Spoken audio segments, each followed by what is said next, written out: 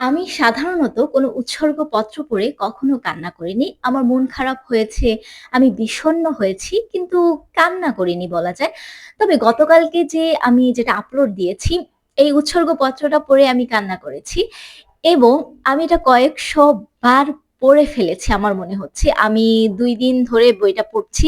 যতবার আমি বইটা হাতে নিয়েছি ততবারই আমি উৎসর্গপত্র পড়েছি এবং সকাল থেকে অসংখ্যবার আমার পড়া হয়ে গিয়েছে। আর ব্যাপারটা হচ্ছে এরকম পড়তে আমার মুখস্থ হয়ে গিয়েছে। তো যেহেতু অনেকে আমার কাছে এই সম্পর্কে জানতে চেয়েছেন, আমি ভাবলাম যে একটা রিভিউ করা যাক। রিভিউ করার জন্যই আমি মূলত নামটা আপনাদেরকে জানাইনি। অনেকে আমাকে মেসেজ দিয়েছেন, তো আর অপেক্ষা না করাই বইটির নাম হচ্ছে 'দি ব্ল্যাক চ্যাপ্টার অফ লাইফ'। আমি আবার বলছি এই বইটির নাম হচ্ছে 'দি ব্ল্যাক চ্যাপ্টার অফ লাইফ', লিখেছেন আহমেদ শিমু। আপনারা যদি প্রচ্ছদটা দেখেন তাহলে বুঝতে পারবেন এটি একটি থ্রিলার বই এবং এই বইটির আমার কাহিনীর চেয়ে উৎসর্গপত্রটাই বেশি আকর্ষণীয় লেগেছে। তবু রিভিউ তো আমাকে হচ্ছে বইটি সম্পর্কে বলতে হবে। তো বইটির যদি শুরুটা আমি বলি, এখানে একটি ছেলেকে কিডন্যাপ করা হয় এবং সেটি হচ্ছে দেখতে পায় বন্যা এবং নিতু। তো বন্যা হচ্ছে একজন গৃহিণী এবং নিতু হচ্ছে তার অটিজম শিশু। নিতু জন্ম থেকেই হচ্ছে প্রতিবন্ধী। তো এই যে খুনটা মানে কিডন্যাপ করে কিন্তু ছেলেটাকে ওখানেই খুন করা হয়, যেটা হচ্ছে বন্যা দেখতে পায়নি, সে শুধু মাইক্রোবাসটাকে দেখতে পেয়েছে। তবে নিতু খুনিকে এবং খুন হওয়া ছেলেকে দুজনকেই দেখতে পায়, যেটা তার উপর ব্যাপক প্রভাব ফেলে। ও অনেক চুপ হয়ে যায়। বাসায় আসার পর আমরা দেখতে পাই এই বন্যা হচ্ছে আজাদের স্ত্রী এবং তাদের একটি পরিবার রয়েছে, যে পরিবারে বন্যার শ্বশুর শাশুড়ি, তার হচ্ছে ননদ এবং তার বিদেশে থাকা একটি দেবরও রয়েছে। তো যেই ছেলেটির মানে বন্যার যে দেবর ইমন, এই ছেলেটি হচ্ছে আজকে বাংলাদেশে ফেরার কথা, মানে যখন বইয়ের কাহিনী শুরু হয়, কিন্তু সে ফিরতে পারেনি। তাকে কোথাও পাওয়া যাচ্ছিল না। তো ঘটনাক্রমে আমরা জানতে পারি যে ছেলেটি কিডন্যাপ হয়েছে, খুন হয়েছে, সে আসলে ইমন এবং তাকে কয়েকদিন পর তার বাড়ির সামনে হচ্ছে ফেলে রাখা হয়। তো তখন আমরা জানতে পারি যে ছেলেটি ইমন। ইমনকে হচ্ছে খুন করা হয়। কিন্তু কেন খুন করা হয়েছে বা কেন কিডন্যাপ করা হয়েছে তার কোনো আগা মাথা পুলিশও পাচ্ছিল না, বন্যা, আজাদ তাদের পরিবারও পাচ্ছিল না। তো এরকম ভাবে ঘটনা আগায়। আমরা দেখতে পাই যে বন্যাদের পরিবারের উপর কারো একটা হচ্ছে খুব মারাত্মক পরিমাণে ক্ষোভ থাকে। যেই লোকটির নাম হচ্ছে এম.আর। তো এই এম.আর ছদ্মবেশে বন্যাদের উপর প্রতিশোধ নেওয়া শুরু করে এবং ঘটনাক্রমে আমরা দেখতে পাই যে আজাদকে চাকরি থেকে বহিষ্কার করা হয়। তাকে একটা মিথ্যে খুনের মামলায় ফাঁসিয়ে দেওয়া হয়। তারপর বন্যাকে ফোর্স করা হয় নানানভাবে যাতে বন্যা হচ্ছে এমআর এর কোম্পানিতে যোগ দেয় এবং বন্যা বাধ্য হয়ে এমআর এর হচ্ছে কোম্পানিতে যোগ দেয়। সে চাকরি করা শুরু করে। সেখানে আমরা আবার দেখতে পাই বন্যার যে ননদ, সে হচ্ছে তামান্না, সে আবার তাদের পাশের বাড়ির একটা ছেলের সাথে সম্পর্কে জড়িয়ে যায় যে চিলেকোঠায় থাকতো। তো এই ছেলেটাও আসলে আমরা দেখতে পাই যে ওই এমআর-এরই লোক। সে আসলে বন্যাদের ক্ষতি করার জন্য এই কাজগুলো করছে। তো এরকম আমরা দেখতে পাই যে এমআর আসলে বন্যাদের পরিবারকে পুরো নিঃস্ব করে ফেলতে চাচ্ছে। এর জন্য সে নানান রকম চক্রান্ত করছে। এদিকে পুলিশও হচ্ছে এটার কোনো কুলকিনারা করতে পারছে না।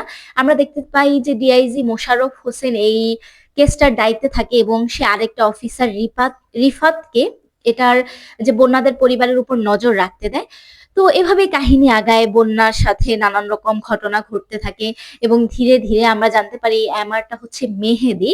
তো এই মেহেদীর সাথে বন্যার একটি অতীত রয়েছে, যেই অতীতের কারণে মূলত এই খুনগুলো, এই অন্যায়গুলো হচ্ছে। আবার এখানে আমরা দেখতে পাই যে নিতু, যে প্রতিবন্ধী মেয়েটা, এই মেয়েটার হচ্ছে বইতে খুব গুরুত্বপূর্ণ ভূমিকা থাকে কারণ সে ওই যে খুনিকে দেখে ফেলে এবং আপনি না শুরু থেকে যাকে খুনি ভেবে আসছেন, একদম শেষ পেজে এসে সেই ধারণাটা পুরো পাল্টে যায়। যদিও আমার মনে হয় অনেকে শেষ হওয়ার একটু আগেই ধরে ফেলতে পারবেন যে খুনিটা আসলে কে।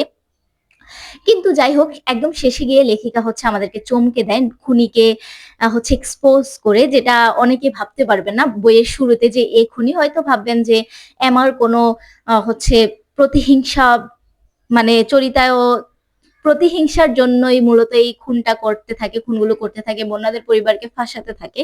তো ব্যাপারটা আসলে এরকম নয়। তো যাই হোক, এই বইটি যেহেতু একটি থ্রিলার, এখানে খুন রয়েছে, হত্যাকাণ্ড রয়েছে এবং নানা রকম চক্রান্ত রয়েছে, ষড়যন্ত্র রয়েছে। এবার আমি যদি বলি এই বইয়ের যে ভালো দিক সেটা হচ্ছে কি, সেটি হলো এই বইতে না আমাদেরকে দেখানো হয়েছে পাপ যতই হচ্ছে তুমি লুকাতে চাও বা তুমি যতই হচ্ছে প্ল্যান করে পাপ করো, আইনের চোখে আসলে এটা ধরা পড়বেই। আজ হোক বা কাল হোক, এটা মানুষ জানবেই। এখানে হচ্ছে আইনের যে হাতটা সেটাকে অনেক বড় করে দেখানো হয়েছে। খুনির চক্রান্তগুলোকে অনেক ছোট করে দেখানো হয়েছে, যেটা আমার ভালো লেগেছে। তার উপর এখানে পারিবারিক একটা বন্ধন দেখানো হয়েছে এবং আপনার অতীত, যে অতীতকে আপনি যতই মুছে ফেলতে চান সেটা আসলে মোছা যাবে না, যতই আমরা চেষ্টা করি। অতীত একসময় সামনে আসবেই। তাই এই যে অতীতের যে ঘটনাগুলো, এগুলো না আমার সামনের জনের মানুষকে বলে দেওয়া উচিত। কখনো কারো কাছ থেকে কিছু গোপন করা উচিত নয়। যখন আমি একটা বড় রকমের সম্পর্কে যাব, এই ব্যাপারগুলো বইতে ব্যাখ্যা করা হয়েছে, যেগুলো আমার খুব ভালো লেগেছে। এবার যদি আমি বলি বইয়ের যে দিকগুলো আমার ভালো লাগেনি, এখানের যে বন্যা চরিত্র, আজাদ চরিত্র বা মেহেদী, এমার যে চরিত্রগুলো, এগুলোকে আমার মনে হয়েছে আরেকটু সময় নিয়ে গঠন করা যেত। আমার কাছে এগুলো একটু দুর্বল লেগেছে। যেমন এমারের যে খুনের যে প্রক্রিয়াগুলো বা তার যে কিডন্যাপের যে ব্যাপারগুলো, এখানে আমি তেমন হচ্ছে খুনির যে থাকে না একটা কঠিন মাইন্ডসেট, সেটা পাইনি। কেমন যেন একটু খাপছাড়া খাপছাড়া লেগেছে আমার কাছে। তার উপর এখানের যে আমি দেখতে পেলাম যে তামান্নার সাথে আনিসের যে সম্পর্কটা, ওই যে চিলে কোঠার যে ছেলেটা, আপনার পরিবার এরকম একটা দুঃসময়ের মধ্যে দিয়ে যাচ্ছে, আপনি চিনেন না জানেন না একটা ছেলের সাথে চলে যাচ্ছেন, বিয়ে করে ফেলার সিদ্ধান্ত নিয়েছেন, যেটা আমার কাছে হঠকারিতা লেগেছে একেবারে। এরকম পরিস্থিতিতে কেউ এই কাজ করে না, তাও কয়েকদিনের পরিচয় মাত্র। তো তামান্নার চরিত্রটা আমার একদমই ভালো লাগেনি এখানে। তারপর আবার আমরা অফিসার রিফাত আর তার ওয়াইফের একটা চরিত্র দেখতে পাই, নদীর। তো এই চরিত্রটা আমার কাছে মনে হয়েছে অহেতুক, এখানে দরকার ছিল না নদীকে আবার এন্ট্রি করানোর। আর তারপর যে আজাদের যে ক্যারেক্টারটা, আমার কাছে আজাদের ক্যারেক্টারটা সবচেয়ে বেশি ভালো লেগেছে। তারপরেও আমার মনে হয়েছে যে এখানে আরেকটু টুইস্ট আনা যেত, আরেকটু টার্নিং পয়েন্ট আনা যেত। এবং নিতুর যে ব্যাপারটা, অটিজমের যে শিশু নিতুর যে ব্যাপারটা, ওকে আরেকটু হচ্ছে সুন্দরভাবে প্রেজেন্ট করা যেত। এখানে আরেকটা জিনিস দেখানো হয়েছে যে অটিজমের বাচ্চাদের প্রতি আমাদের সমাজের যে মনোভাবটা, সেটাও লেখিকা ফুটিয়ে তুলেছেন, যেটা ভালো লেগেছে। কিন্তু নিতুর যে খুনিকে দেখে ফেলার ব্যাপারটা, এটাকে আমি ভেবেছিলাম যে আরেকটু মজাদার ভাবে বা আরেকটু হচ্ছে কাহিনী হয় না, থ্রিলিং ভাবে প্রেজেন্ট করা যেত, যেটা করা হয়নি।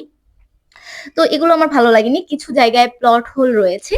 তারপর হচ্ছে এই বইতে বানান ভুল রয়েছে কয়েকটা জায়গায়। তো এটা অনেক আগে প্রকাশিত হয়েছে। আমি জানি না এই মুদ্রণটা কবে এসেছে। বানান ভুলটার দিকে একটু নজর দেওয়া দরকার ছিল।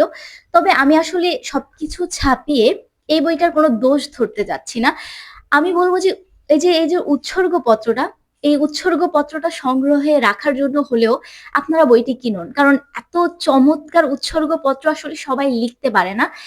এটা না, উনি হচ্ছে মন থেকে ফিল করেছেন, যিনি লিখেছেন, লেখিকা তার শাশুড়ির প্রতি মন থেকে শ্রদ্ধা ফিল করেছেন, মন থেকে ভালোবেসেছেন বলেই কিন্তু এত সুন্দর একটা উৎসর্গপত্র তিনি লিখতে পেরেছেন। এখানে কোনো ভনিতা ছিল না। মানে আমি আসলে উৎসর্গপত্রটার জন্য বইকে কোনো রেটিং দিতে পারবো না। আমার মনে হয়েছে যে উৎসর্গের জন্য আমি এই বইটা সবসময় আমার সংগ্রহে রাখবো এবং কেউ আমার কাছে বইয়ের সাজেশন চাইলে আমি এই বইটা সাজেস্ট করব। তো এই বইটার আসলে ১ম প্রকাশ হয়েছে ২০২২ সালে এবং আমি এটার কোনো ২য় প্রকাশ দেখতে পাচ্ছি না। তো যেহেতু অনেক আগের, সেহেতু ভুল থাকতে পারে। এবং এই বইটার মুদ্রিত মূল্য হচ্ছে ৳২৫০, খুবই কম। আপনারা চাইলে বইটি সংগ্রহ করতে পারেন। পৃষ্ঠা সংখ্যা অনুযায়ী বইয়ের মূল্য কম। আর এই বইটি এসেছে অনুজ থেকে। তো এই তো, আপনার আসলে খুশি নামের মেয়েটি সম্পর্কে জানতে হলেও বা খুশি নামের মেয়েটিকে আপনার সংগ্রহে রাখতে হলেও বইটি পড়ুন। তো এই বইটি আসলে থ্রিলিং যে ব্যাপারগুলো, ওগুলো একদম খারাপ এ ব্যাপারটা আমি বলব না। মোটামুটি আমার কাছে ভালোই লেগেছে। কিছু জায়গায় আমার কাছে মনে হয়েছে যে প্লট হোল রয়েছে বা আরেকটু গোছানো যেত। তবে খারাপ এটা বলব না। উৎসর্গপত্রটাকে তো আমি ১০ এ ১০ রেটিং দিব। বইকেও আমি ভালোই একটা রেটিং দিব। একদম খারাপ না। বানান ভুলগুলো বাদ দিলে প্রচ্ছদটাও সুন্দর। একদম হচ্ছে বইয়ের কাহিনীর সাথে রিলেটেড। তো যারা থ্রিলার পছন্দ করেন তারা বইটি পড়তে পারেন। আবার যারা হচ্ছে ওই যে সুন্দর উৎসর্গপত্র কালেকশনে রাখেন, এই ব্যাপারটা আমি দেখেছি যে অনেকে না বই পড়তে পছন্দ না করলেও নানান রকম উৎসর্গপত্রর জন্য বই সংগ্রহ করেন। তো ওই যে তাদের জন্যই বলবো আরকি, উৎসর্গপত্রের জন্য হলেও আপনারা বইটি পড়তে পারেন এবং আমাকে জানাতে পারেন আসলে আপনাদের বইটি কেমন লেগেছে। তো আজকে এই পর্যন্তই। ভালো থাকুন, সুস্থ থাকুন। আল্লাহ হাফেজ।